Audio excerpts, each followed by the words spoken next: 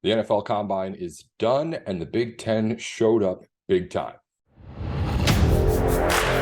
You are Locked On Big Ten, your daily podcast on the Big Ten Conference. Part of the Locked On Podcast Network, your team every day.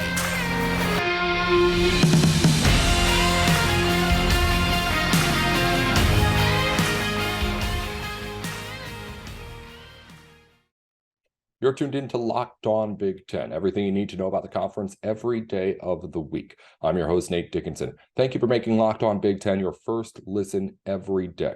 We are free and available wherever you get your podcasts and on YouTube. Part of the Locked On Podcast Network, your team every day. Coming up on today's show, the Big Ten finishes up at the NFL Draft Combine and shows out once again. And also later on, we'll get into everything that you need to know on the men's basketball tournament bracket. Teams still on the bubble with work to do as we get into things in Chicago this week. What do each of those bubble teams need to do to get themselves in? We'll go over that later on the show. But first, let's highlight everything that happened in Indianapolis over the weekend. It was a big weekend for Big Ten stars, the future NFL stars out of the conference, showing off their stuff. And I'll say right off the bat that I was very impressed just overall by everything that the Big Ten did. Just about everyone proved who they were, if you ask me. And I didn't see anybody with the big fall-offs. We talked about before, a guy like Iowa's Lucas Van Ness needed to have the big numbers to be able to rocket up draft boards. He did it on Friday's show we discussed. A lot more of that as we got into the weekend from around the Big Ten. The biggest number, of course, was the 40-yard dash time put together by Michigan corner DJ Turner II. He gets the fastest 40 at the Combine, a 4.26.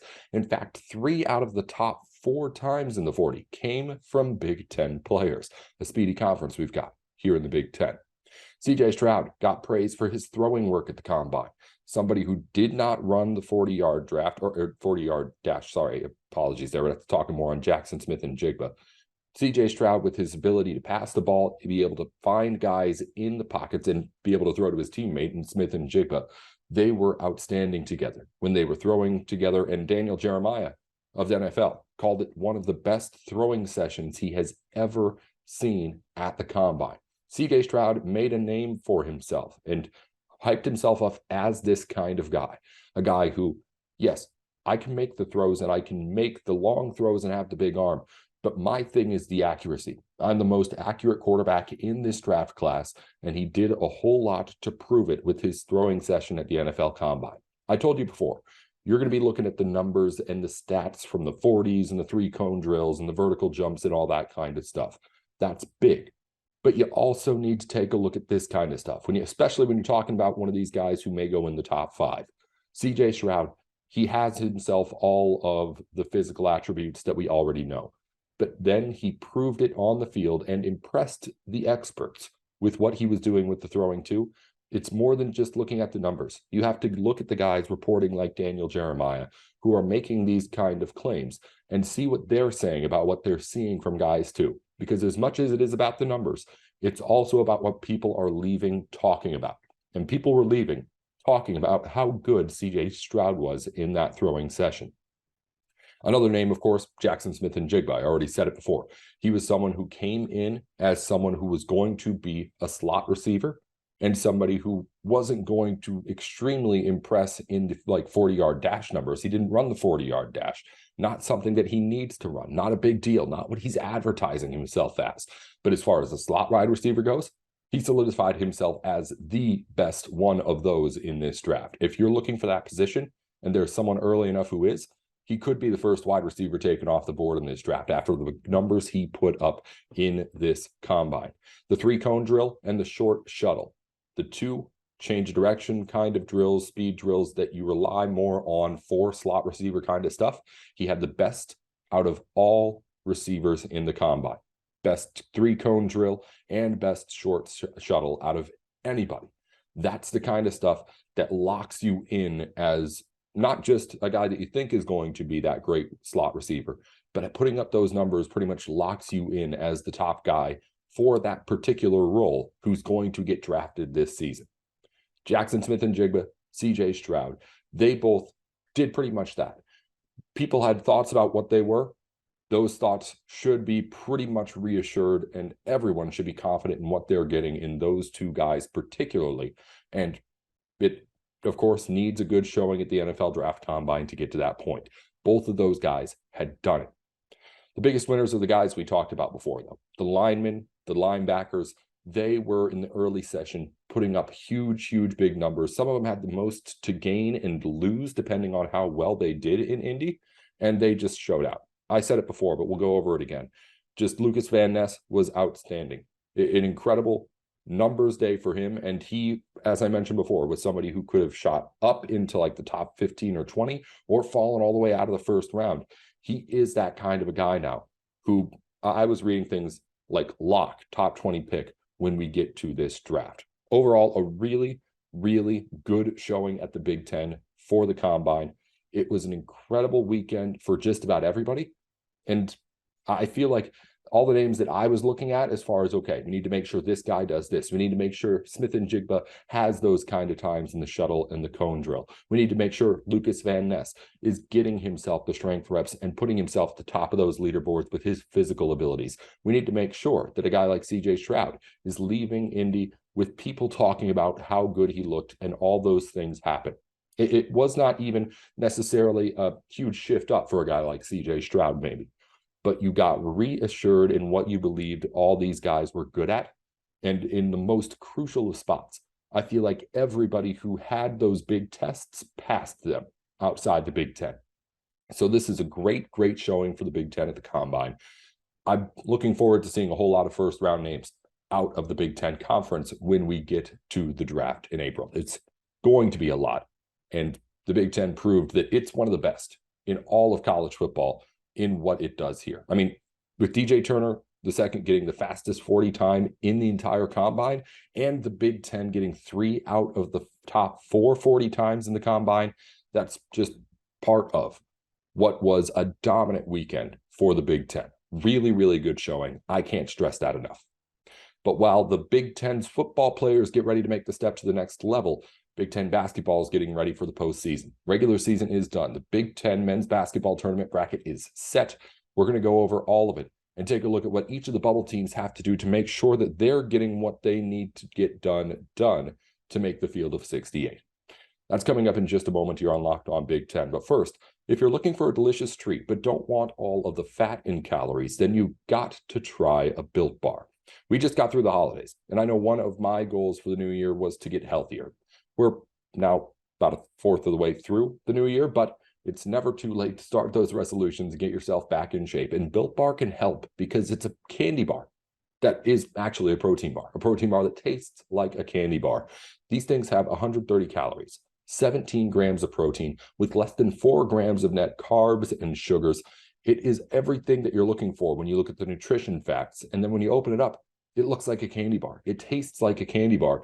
It's candy bar flavors that you're getting out there when you go over to built.com and check out everything that they have. You can go look at all of the new flavors available. It seems like they're coming out with them once a week, something new from Built Bar.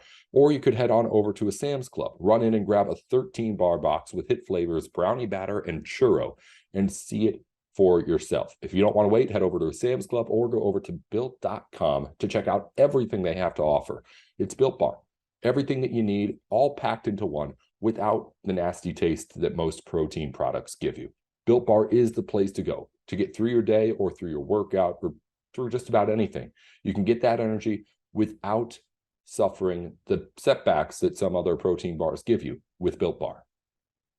Thank you for making Locked On Big Ten your first listen every single weekday. Also check out Locked On College Basketball. Isaac Shea, Andy Patton, they've got everything that you need every single day of the week, just like we do it over here at Locked On Big Ten. And of course, they got all the big name experts, players, coaches that you want to talk to over at Locked On College Basketball, available on YouTube and wherever you get your podcasts. Let's talk a little bit of college basketball. As the Big Ten tournament bracket is set, we've got a whole lot to get into with what's going on here this week in Chicago, because at the moment you have, depending on how you want to look at it, up to 4 Big Ten teams that are not completely locked into this NCAA tournament. And let's start off with that. because at the moment you have 7 teams who are pretty firmly in: Purdue, Indiana, Michigan State, Northwestern, Iowa, Maryland, and Illinois. A month ago, you would have said Rutgers was a for sure too, looking really, really good and playing good basketball, but they've since lost 6 of 8. And now, as far as bracket matrix goes, in 70 brackets updated on their site, Rutgers only appears in 60 of them. The Scarlet Knights are falling off the wagon, and they're going to be able to play their way back into things for sure. And if you ask me, they're still a tournament team. But a loss, say, to Michigan in this first round could see them on the outside looking in. We'll talk more about that in a minute. In the 70 brackets I mentioned, Penn State is on the rise. They now appear in 41 of those brackets after their last second win over Maryland over the weekend. Wisconsin is in over half of brackets too, just barely at 38 of 70. And Michigan's still pretty much a consensus team out of the tournament, but they can play their way into it too. Right now, they appear in 2 out of the 70 brackets at bracketmatrix.com, which puts together just about every bracket that stays updated and averages out the seeds between those teams. So that's where we currently stand going into tournament week. There's going to be a whole lot of stuff going on outside the Big Ten, but I'm pretty confident that every team that we talked about not being completely for sure in can play their way in if they do well enough here in the tournament, outside of course, winning it and getting that automatic bid. Here are how the Big Ten tournament seeds stack up in the bracket. The 4 double byes go to the 1 seed Purdue. The 2 seed ends up being Northwestern, the 3 seed Indiana, and the 4 seed goes to Michigan State. They snag that double bye. The 5 seed is Iowa, the 6 seed is Maryland. The 7 seed Illinois will play 10 seed Penn State, and then 8 seed Michigan will play 9 seed Rutgers. 11 seed Nebraska will play 14 seed Minnesota, and Wisconsin, the 12 seed, will play the 13 seed Ohio State. By the way, good showing by Nebraska, ending up the 11 seed in this tournament after being pretty much a consensus one of the worst teams in the Big Ten outside of Minnesota throughout the year. They really put it together at the end of the season and deserved that 11 seed that they're getting. Anywho, though, the biggest storylines from this, I already mentioned a little bit before, but that first round matchup between Rutgers and Michigan. 2 teams that are firmly on the bubble as it stands. Michigan, again, a pretty clear consensus out at this point, but close to getting in. And you have Rutgers, someone who has been a pretty close to consensus in for the entire season, now seemingly falling off and maybe not looking ready to play this game against the Wolverines team that's gotten a little bit hot as of late. So what happens here? There's been discussion that the winner of Rutgers-Michigan could be in, the loser ends up out. And while that's certainly on the table, it's not, I don't think, that kind of cut and dry. For instance, I think if Michigan wins this game, they could very easily still have work to get into the field of 68. I think that if Rutgers loses this game, they have a shot to also still get into the NCAA tournament, depending on how everything else plays out in the field. But if you're asking me, I would say I'm most confident that a loss here puts whoever loses on the outside looking in. I don't know what a win does. If Rutgers wins, I'm pretty confident that they're in. But if Michigan wins, they could still have some more work to do to get into the field by Selection Sunday. That's where I'm at right now. I think the loser at this point is on the outside of the tournament field, but a win is only locking in Rutgers and the Scarlet Knights. Michigan, their resume needs a little bit more, perhaps, for them to get into the tournament. Another big question here. What is going on with, say, a Penn State team? A team that has itself, again, right there on the edge of the NCAA tournament, but facing off against the 7 seed in Illinois. That's a game that they can win, but we talked about this before. If you're Penn State right now, would you almost rather have that 11 seed instead of the 10? Get yourself an opportunity to get an easy win over a Minnesota team that, yes, maybe it doesn't boost your resume all that much, but it does put you in a point where you've got another win, and individual wins are going to matter when things are as close as they are right now with the Nittany Lions. Also, what happens if they lose this game? Can Penn State still make it if they don't beat the Illini in their first matchup? I don't know.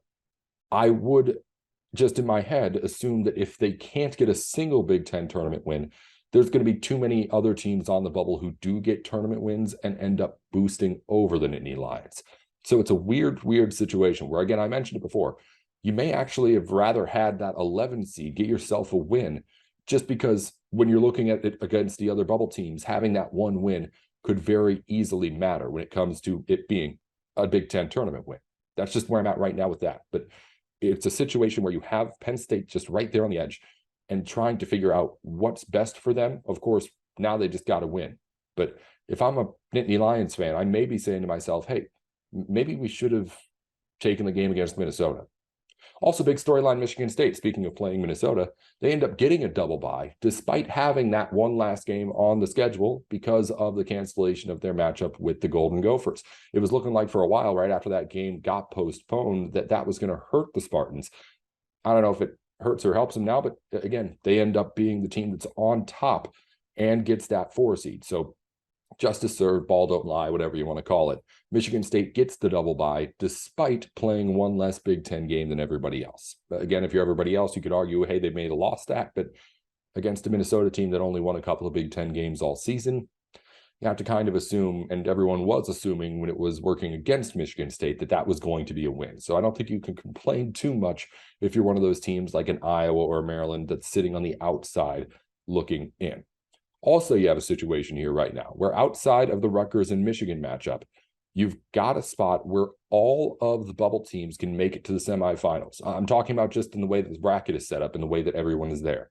Wisconsin and Penn State and Michigan's Rutgers winner have an opportunity, all of them, to get all the way to the semifinals. They wouldn't have to play each other until that point, which is huge because then if you are one of those teams, or if you're just a Big Ten fan in general, you've got the opportunity to get all of those teams in, have all of those teams make big runs, and then potentially get yourself 11 teams into this tournament. I think that's not going to happen. I think you're looking at either 9 or 10, depending on what happens in the Big Ten tournament here.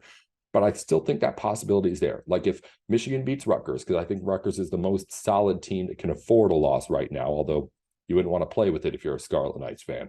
If Michigan beats Rutgers, gets to the semi, Wisconsin has, of course, the longest road. They've got to play Ohio State in a 12-13 matchup before they even get to where everyone else is, but they can get to a semifinal. And then Penn State, if they beat Illinois and then beat Northwestern, can get itself into a semifinal. Penn State, by the way, not the easiest road for the Nittany Lions. In a matchup that's in Chicago, they've got Northwestern first, then Illinois in the day after that. So not exactly the ideal situation for a Penn State team that's trying to fight its way into the tournament field.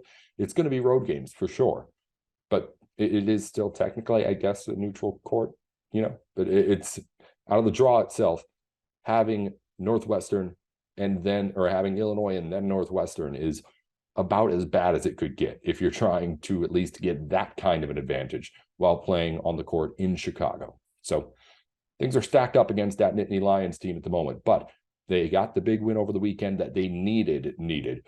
I think one win here in the Big Ten tournament, Penn State makes the field. They've got themselves some good wins. They've got themselves the opportunity here.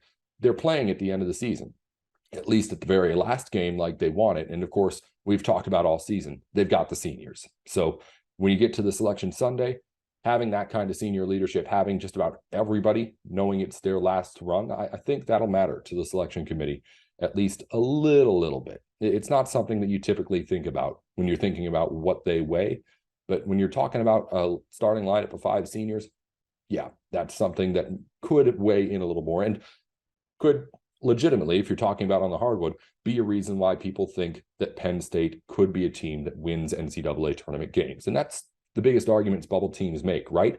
At least I think it's the strongest one you can make, is that, hey, if you put us in, we've shown that we can win these games. Having the senior experience is one of those things where it's like, hey, we know at the very least that this isn't going to be a team that is going to just fall on its face, even though Penn State has done that at times this season too.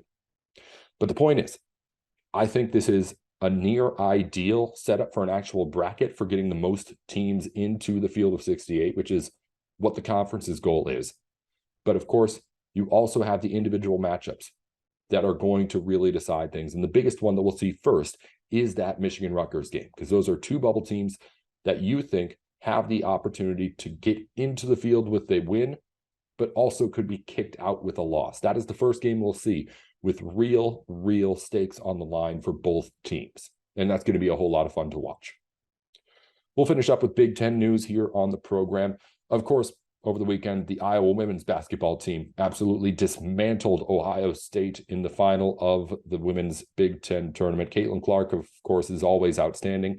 A 105-72 final. And if you watched it, it was over early and nobody really had anything to try and answer the Hawkeyes for the Buckeyes.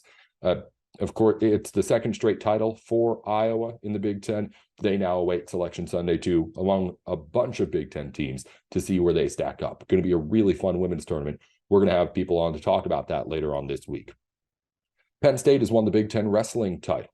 4 individual titles for the Nittany Lions within that win, but they get themselves their Big Ten tournament win on the mats. They'll hopefully try to help that carry over onto the basketball court and get a couple of wins this week too. In the Big Ten hockey tournament, first weekend is done. Wisconsin swept by Michigan, so they're on to the semifinals. And in 3 games, Michigan State and Ohio State win as well. So your 4 semifinal teams are Michigan State, Ohio State, Michigan, and Minnesota, who did not have to play over the weekend, got that top seed in the first weekend bye. And players of the week, men's basketball is Trace Jackson Davis and Cameron Winter. They share the award after a couple of good weeks from them. And in softball, player of the week is Purdue's Tyrena Jones. Pitcher of the week is Penn State's Bailey Parshall. In the Big Ten schedule for the day, we've got stuff going on all over the conference. We'll tell you more about it in just a minute. We've got, though, also commitments to tell you about in basketball. A 3-star point guard, Isaac Asuma, has committed to Minnesota, out of Minnesota. He had other Big Ten offers from Iowa and Nebraska. That's about all we have for commitments here today. That's about all we have for Locked On Big Ten today. Thank you for making Locked On Big Ten your first listen every weekday. For your second listen, check out our brand new podcast, Locked On College Basketball. Experts Isaac Shade and Andy Patton bring you everything you need to know on and off the court. Plus, hear from big-name experts, coaches, and players throughout the basketball landscape. Locked On College Basketball, available on YouTube and wherever you get your podcasts. Be sure to follow along with us at Locked On Big Ten, 10 when you're typing it out, not TEN, wherever you get your podcasts on YouTube and on Twitter too. I'm Nate Dickinson at Nate with Sports with Locked On.